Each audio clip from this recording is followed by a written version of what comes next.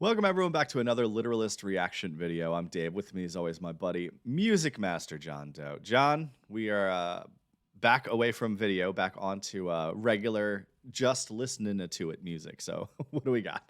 Just good old listening. Hey, Dave, let's go to the land of Aerosmith. I'm sure you're familiar with, name me two songs by Aerosmith. They did the song from the movie with Liv Tyler, Armageddon. I don't want to close my eyes. Now, why would they be in a movie with Liv Tyler? Asleep. Because she's the daughter of the lead singer. That's correct, Steven Tyler. Nailed it. And Liv Tyler was also in Lord of the Rings. I'm not supposed to name Liv Tyler things, right? Because I could name way more Liv Tyler things than I can Aerosmith things. Well, as a fan of Aerosmith from the 70s, I have to tell you, that crap song you just started to sing a few moments ago doesn't even begin to show what this band was about in the early days. Well, I didn't say it was a good song. I said I can't name it. Well, it's a crap song. Those are different things. I want you to know that. Well, what do we got today? Same old song and dance, Dave, coincidentally. Same old song and dance. This is from their album, Get Your Wings. This album came out in, 1974. My data says there. Really, this is Aerosmith just finding their feet, and this is a great song. And the lyrics, though, it's one of those songs where I know enough of lyrics to scratch my head and go, I have no idea what this song is about, except the general, it's the same old song and dance. Okay. All right. Help me out. Here we go. Same old song and dance, Aerosmith. I did not expect that.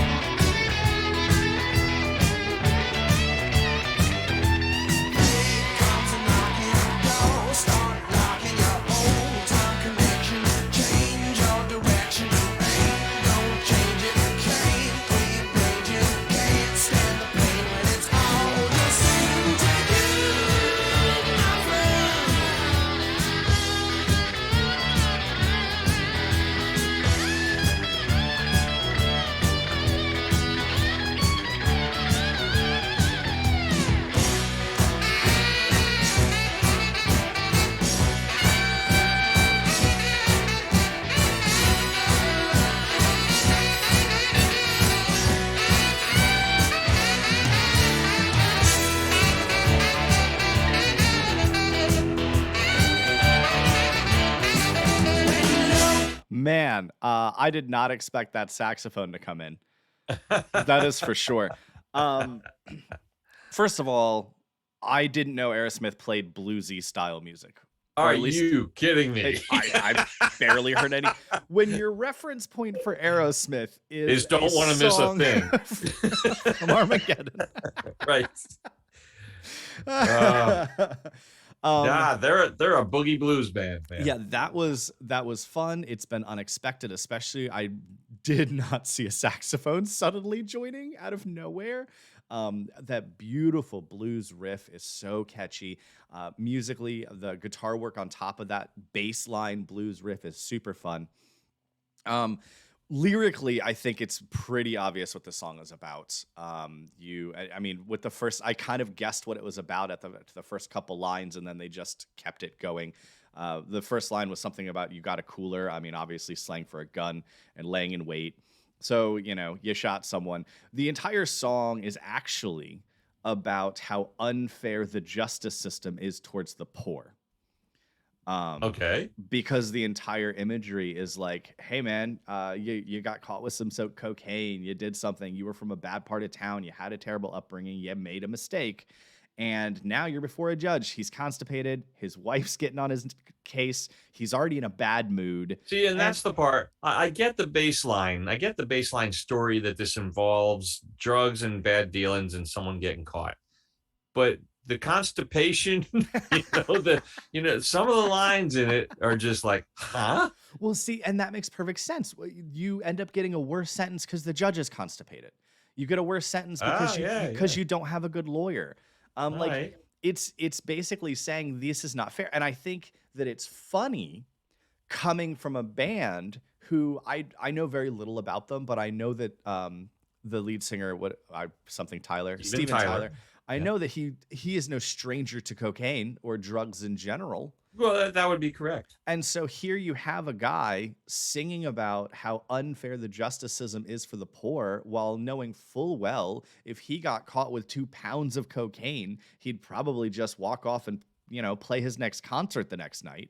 Whereas if someone else got caught with 2 ounces of cocaine on the street, they're going to go before Mr. Constipated Judge, have a town appointed lawyer who spends 10 seconds looking at their case file, and then they're going to end up going to jail. And like the entire system is very unfair. But I I think would that's what the say that, song's about. well, I always think it's funny when filthy, stinking rich rockers, have a difficult time with their morals.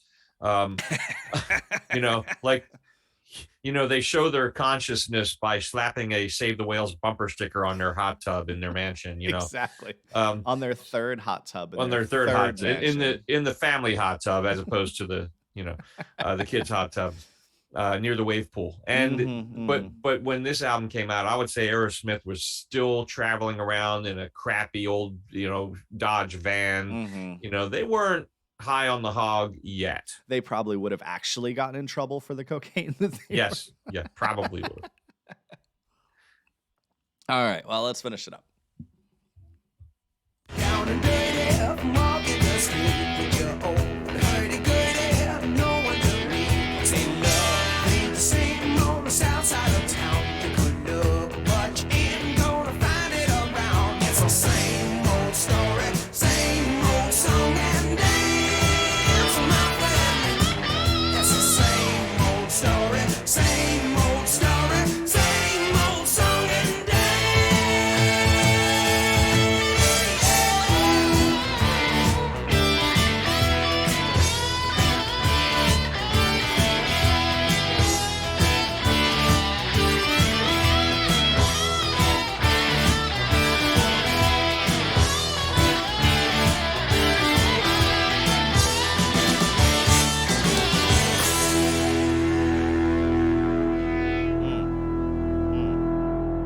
I forgot to bring up when you did the break last time that you were surprised to hear the saxophone, I but there don't. was a brass section in there Yeah, the whole I heard that. the whole time, very low in the mix, but Hmm. it almost like they recorded that down at Muscle Shoals or something. I have to look that up now and see where they recorded that, because that was a really tight brass section. I don't know what the references you just made. Muscle Shoals. Muscle Shoals. Muscle Shoals. Yeah, it's a recording studio down south, and it's put out some of the greatest music that you didn't know was recorded there. Well, I didn't know any of it was recorded there, so agreed. Yeah. Yeah, I think I'm gonna stick with my understanding of the lyrics there. I'm pretty sure that's what the song was about.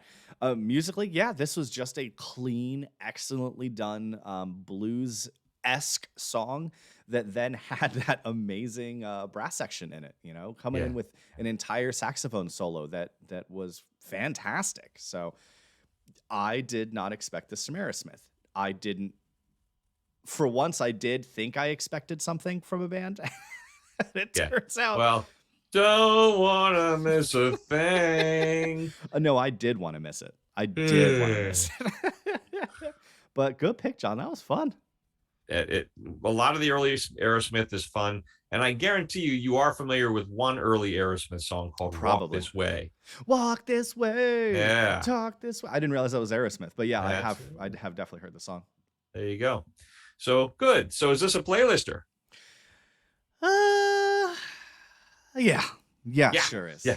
That's gonna sure go is. on the I mean, Blues Boogie playlist. it's hard for me because I freely admit I do really enjoy the blues. More and more, I think I enjoy a lot of styles of music. And I was very much stuck in I kind of listen to classical music rut. And a lot of that was because the only time I listen to music, I put it on the background. Either I'm driving and thinking about something, or I'm, doing stuff around the house. And so I didn't really get much outside of that and big band. Side note, dear listeners, if you are having struggles and you're like, man, this place is getting a little messy. I need to have a good cleaning day. Just an hour or so, just like dust and tidy up, vacuum, and get some stuff done, right? A couple of years ago, my buddy and we had a roommate that was very tough to get him to clean anything at all. And we discovered that if you made it fun and you cranked big band music, we could get him to clean.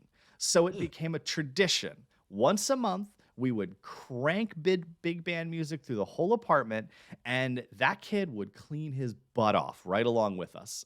And we had an incredibly well-maintained apartment. The secret to cleaning big band music. Who knew? There's my hot tip of the day. I'm going to have to use that. Hey, where should we take Dave with Aerosmith, my friends? Remember, Aerosmith didn't record much good after 1988. So there's a hot take. That's just my personal opinion. That's all. So yeah, let us know what you think. Let us know if you have any insight into the lyrics, or if you know anything about whether this album was recorded at Muscle Shoals. I'll dive, I'll read what you have to say before I'll do my major research on that, but I'm interested to know.